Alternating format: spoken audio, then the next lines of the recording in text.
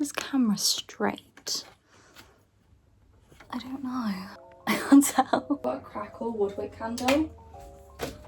I love crackle candles. Hi, I'm Liv, and today we're going to do my August reading wrap up.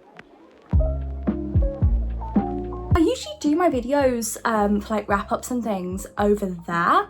I don't know if you prefer it here or not, I'm not sure, but I was looking back to my videos and one of the videos that did the best is my Kindle Paperweight review or unboxing. I'm not too sure which one it was, but I did do that here and it did really well and I love the lighting and everything, so I worked really hard on my makeup, so I may as well show it in the best lighting possible.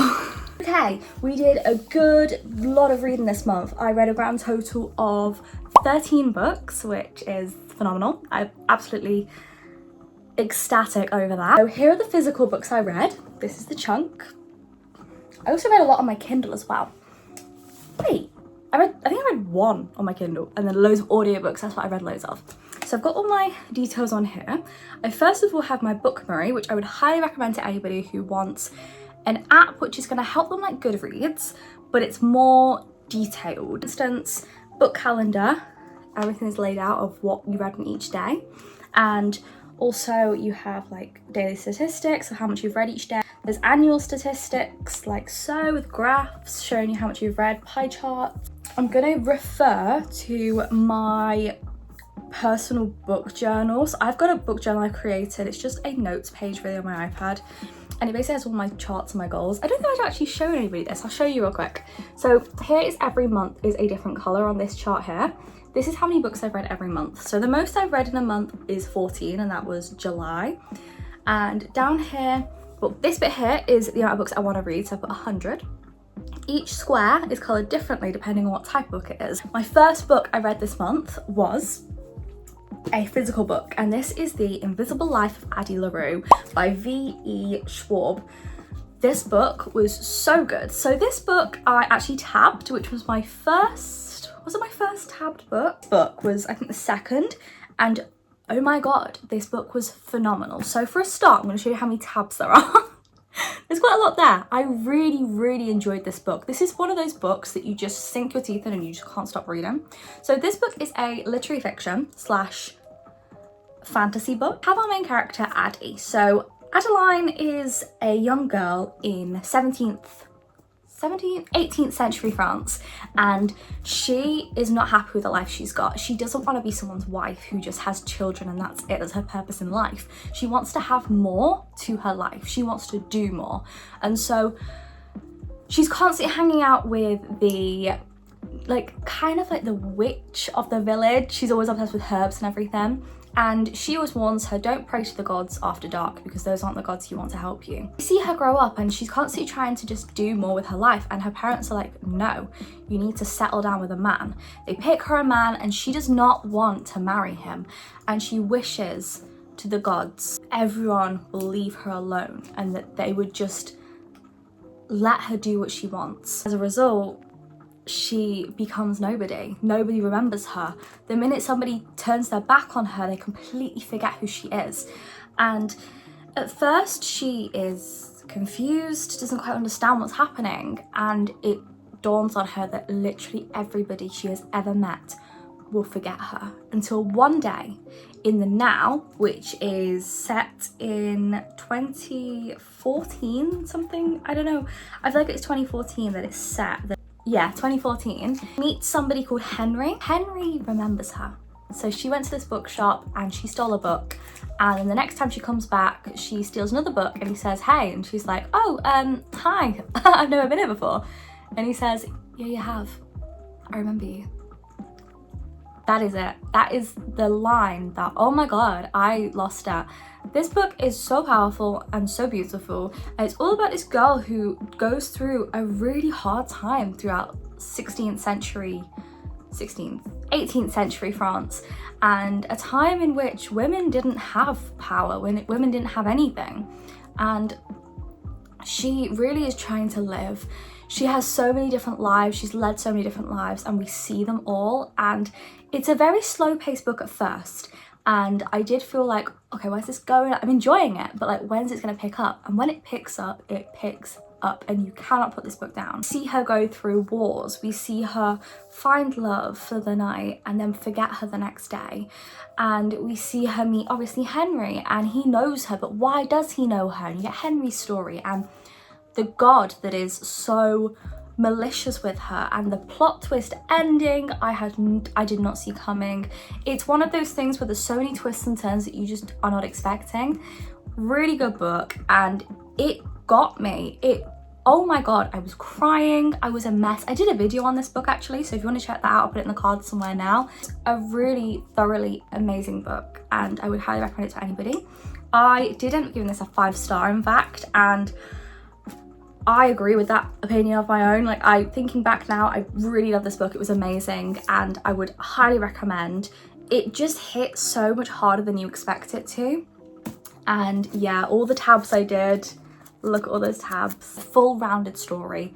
I could imagine this being a film, it was that good. Like, honestly, it's heartbreaking, it's beautiful, it's bittersweet, it's beautiful. Next, I did end up reading a Kindle book. So this was on my little Kindle here. This book was Butcher and Blackbird by Brynne Weaver. So this book was kind of a horror rom-com.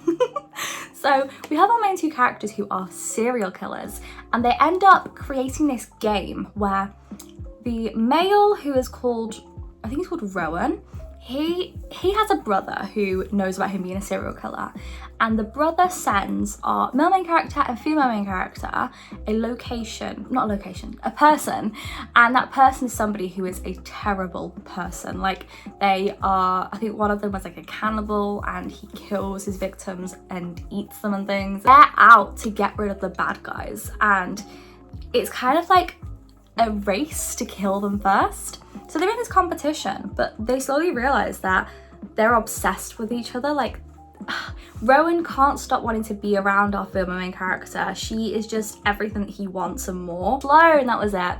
So Rowan constantly, whenever he's around Sloane, he can't help but be like really awkward, but at the same time makes like jokes and stuff towards her because he feels stuff for her. And they can't wait for the year to pass, because they do this competition every year, because they want to be around each other so much. It's so rom-commy, the first half. It's so adorable because it's that awkward tension, the flirting, and when you get to the second half, there is spice. Like, there is dark romance type spice and a lot of thrilling, like, oh my god, what the hell's gonna happen moments. It's really good.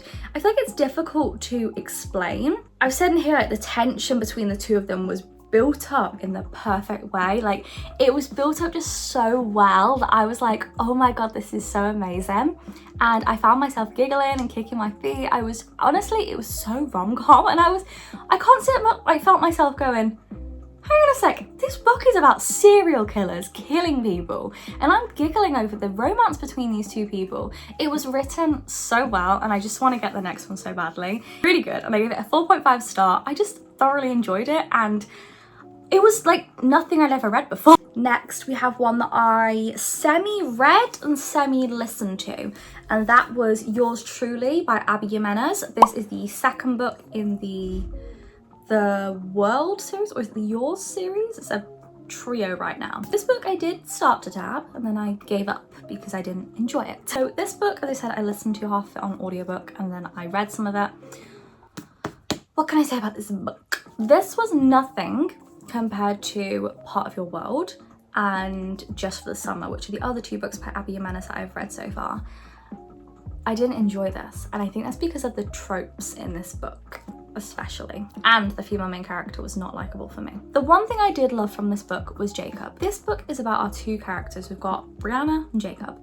Jacob is somebody with very much a high anxiety, social anxiety, makes bad impressions on people, very nervous guy, and he makes a bad impression on Brianna. Once they've got past this bad impression, they realise that actually we can kind of be friends, and she tries to help him make a good impression on everybody, and he realizes that he can help Brianna. Brianna is a recently divorced person whose brother desperately needs a kidney transplant. So young, and he can't do things that regular people can do. He can't eat certain things, he can't drink certain things.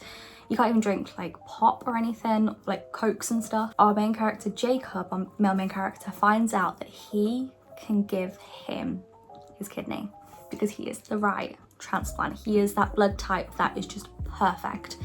And so he wants to do this anonymously, but it's a rom-com, of course, and we see them fake dating, and we see this like tension at times, and it's very sweet the first half. However, when we got to the second half of this book, I felt like Brianna's character had like a personality switch.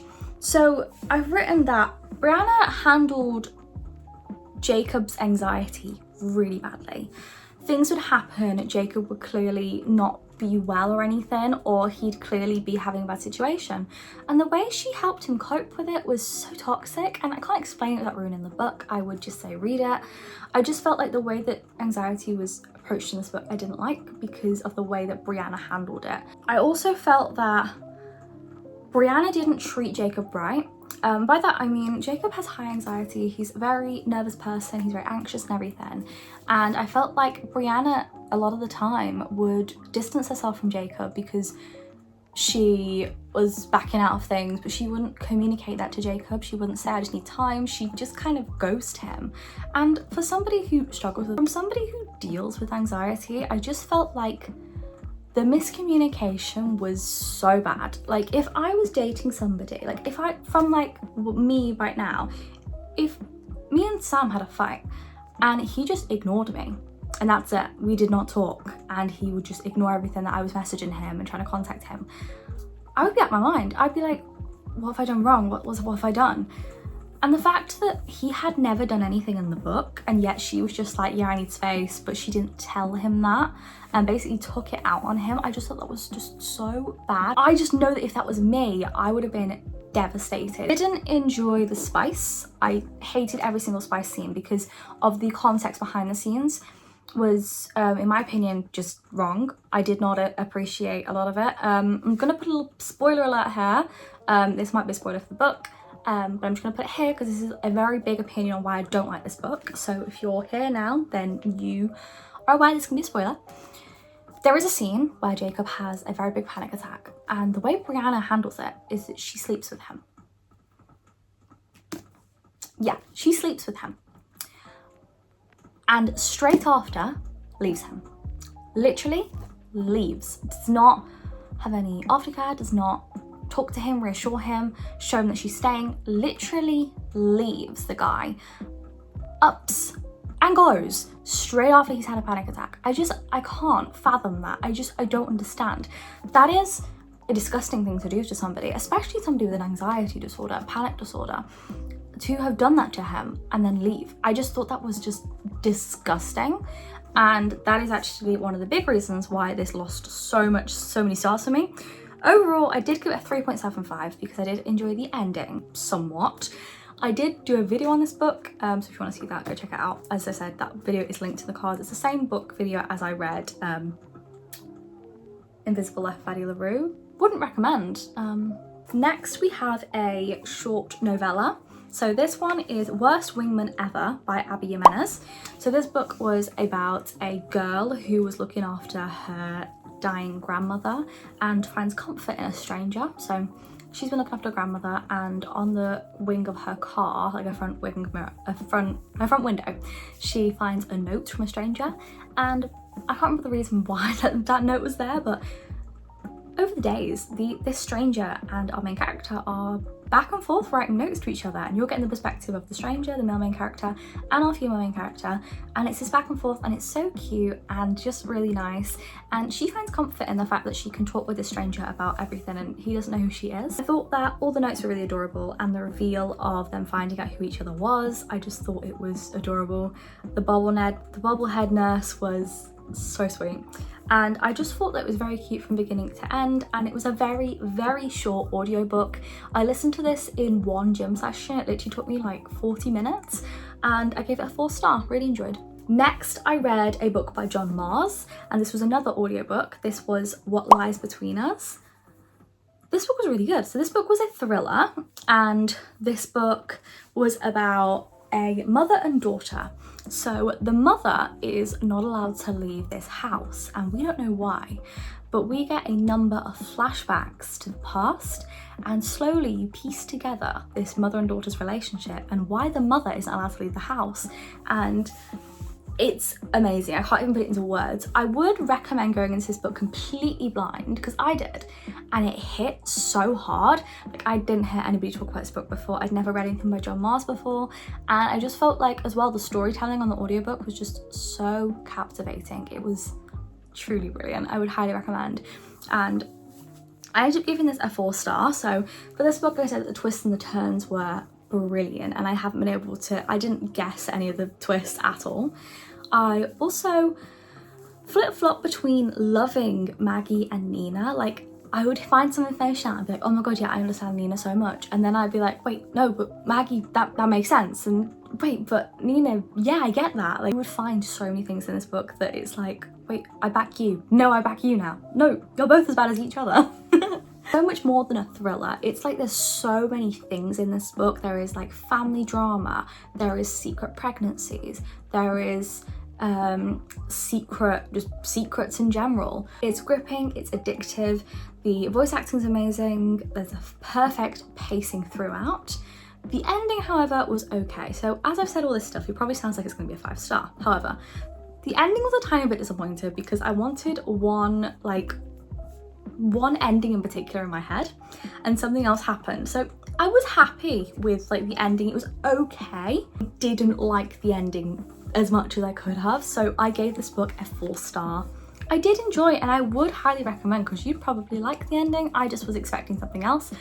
Really enjoyed it though, and had a great time reading it. Next, we have another physical book, and this is Shadow and Bone by Leigh Bardugo. I really like this book. I gave this book a 4.5 star. This book is a trio, it's a trilogy. This book is about the Grishaverse. So if you've read Six of Crows, you know it's that universe. So this book was about our main character, who is called Alina, and Alina finds out that she may or may not be a Grisha, but she had no idea about it. And her powers are unlike any Grisha before. And she ends up getting whisked away into the world of magic, and people trying to train her to become this weapon, until maybe the people who are training her aren't training her for the right reasons. It's really, really good. So in this book, it was so engaging. There was a lot of interesting characters. I thought that the other Grishas and Bagra were the most interesting people in this book.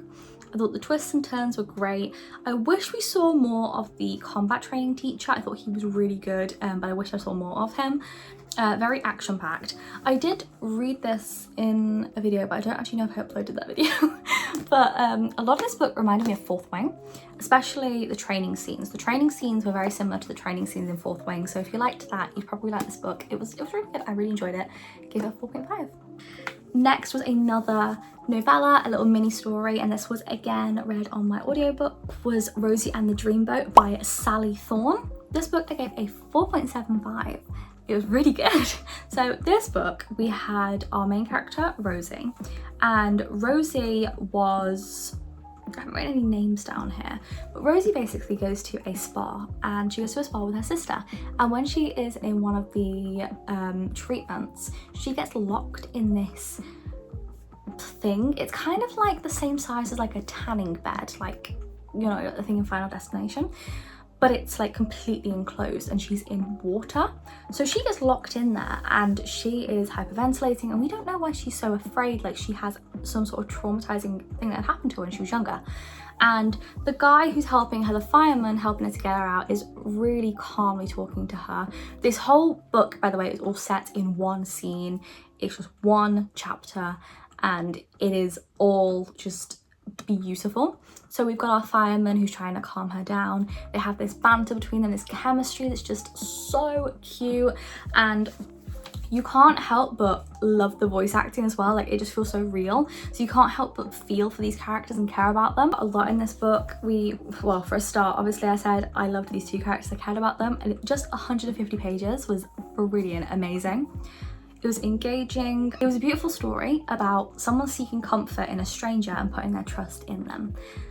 I also loved the details with the last name, and I also found it very clever how we addressed the resurfacing trauma from Rosie. I just thought this book was really clever.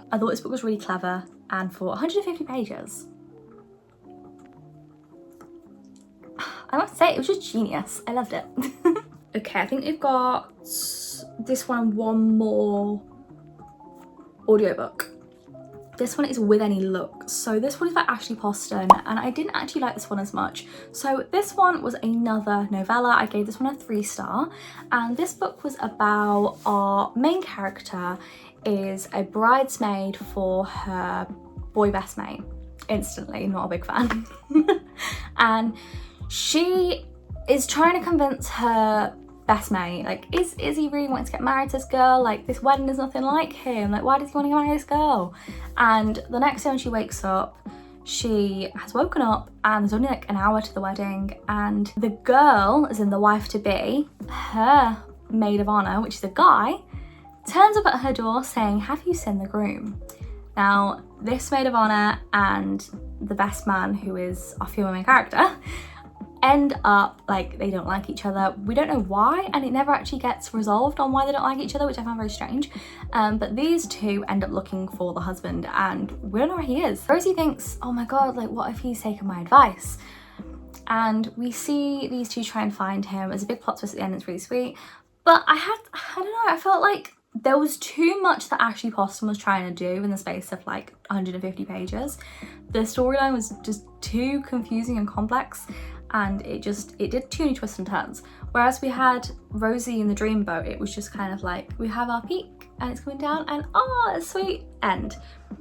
With Any Luck, it was like, ooh, like there was just too much going on, so 3-star. Our last novella we read was Drop, Cover and Hold On by Jasmine. One was a 4.5. I really love this book. So this one, oh my god, the backstory was just set up so well. So we have our main character, and she, I didn't write any names down again. I should actually write names down so I actually remember who people are. In this book, we have our main character, a female main character, and she loves to go to this bakery, but the guy in the bakery clearly doesn't like her. He is moody to her and grumpy to her, and when she tries to talk to him, he kind of just grunts at her, so she's thinking, I'm not gonna go back to this bakery. And we get a lot of backstory on why she thinks that, a lot of stories that she thinks of regularly, and all the reasons why she doesn't want to go back there. And one day when she's walking past, the guy ends up talking to her, the guy who's always grumpy and everything, and she feels a vibration. It's an earthquake. And she dives on top of him, pushes him into the shop, and the whole outside of the shop crashes down where he was stood. And she saved him. He has no idea what was happening, and she's thinking, how do you not know what this is? And he's like, I'm from New York. We don't have earthquakes happen this often. These two people who are in close proximity, trapped in a room together, hashing out their feelings, and it is so sweet. So this guy is clearly grumpy. It's a grumpy sunshine storyline. His flirting has come across as being grumpy, and he is just such a cute character, and honestly, he melted my heart. He's one of my favourite guys from this little mini-series.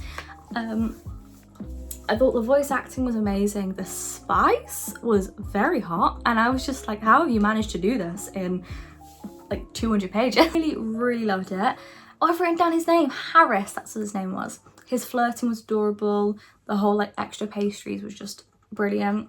All the little mini things that were just so sentimental was beautiful. Thoroughly loved that. I also loved the way that he was so shy. That got me blushing. I was in the gym, mate, and I was blushing. I was on the freaking leg press machine, like I really loved it. Next, we have another physical book. So this one is Siege and Storm by Leigh Bardugo. This is the second book in the Grishaverse Shadow and Bone series. So this one I gave a 4.5, and it was going to be a 4.75, but the ending let me down.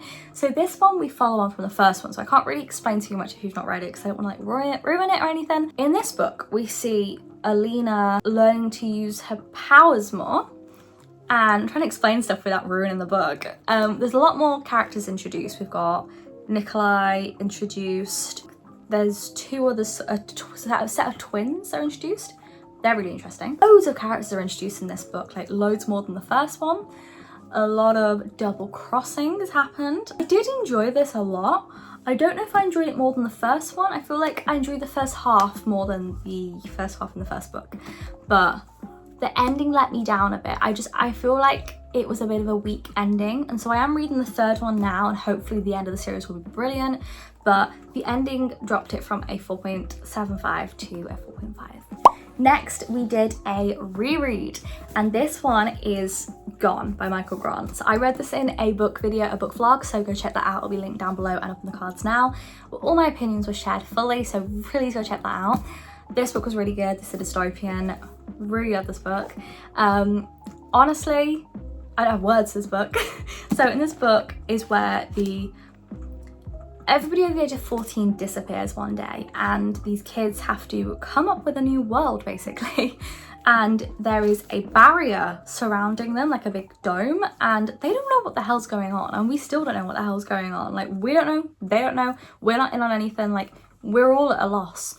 There is a new normal, so they're having to come up with new systems of currency, having to come up with who's going to be the leaders, who's going to be law enforcement, who's going to cook, who's going to do the daycare, who's going to look after the kids, who is going to be the medical people. Brilliant. I 5-starred this, and I didn't think I would, but it truly was a brilliant book. Now, I read this when I was 15, but I read this so young, and reading it back, I was like, this is a very dark storyline, but highly would recommend it. If you want my full opinions throughout the book, I would highly recommend that video because I really explained everything, and I really worked hard on that video, and it didn't do that well, so please go check out the video because I really worked on that video so hard.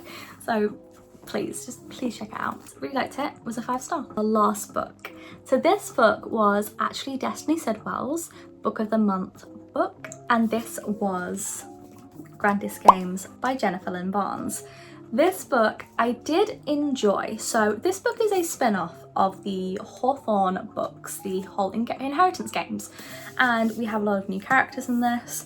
We have a hell of a lot of new people. So in this book, it says in the blurb, there is Lyra, Grayson, Gigi, Rowan, and there's other characters, but they're not mentioned in the blurb, so I don't really want to ruin that. So there's 7 tickets that have been given out, so 7 people, 7 players, and they are all playing for this cash prize, and they all have to find clues, and it's very similar to the Inheritance Games series where they're trying to work out riddles and understand things and learn information about things and trying to work out stuff. But obviously there's new characters, there's new stakes, and it's a game this time. It's all for a game show, really. It's not like a game show, there's no filming or anything, but it is a game. That's all I can really say about it. If you've read it, then you know what I mean. If you haven't, then you kind of want to read it now, don't you? The characters in this. I thought that my favourite characters in this were Rowan, Lyra and Grayson.